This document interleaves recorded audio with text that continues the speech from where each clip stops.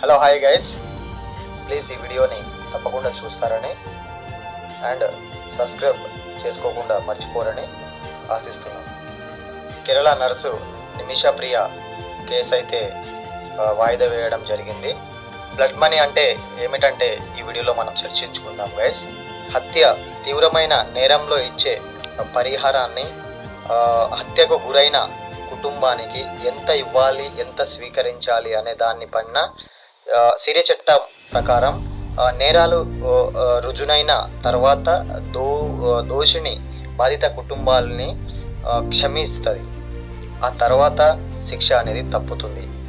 So ఒక దోషి అనుకోకుండా ఉద్దేశపూర్వకంగా కాకుండా యాక్సిడెంట్గా జరుగుతూ బాధిత కుటుంబానికి ఎంతో కొంత పరిహారాన్ని ఇచ్చి ఆదుకుంటే శిక్ష అనేది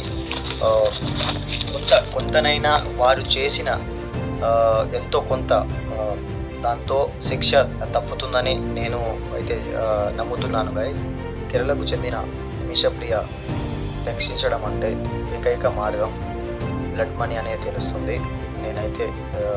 సో మనము అనుకునేది ఏంటంటే, మీరు ఎలా అయితే నిమిషా ప్రియకి శిక్ష తప్పుతుందో కామెంట్ రూపంలో తెలియజేయండి.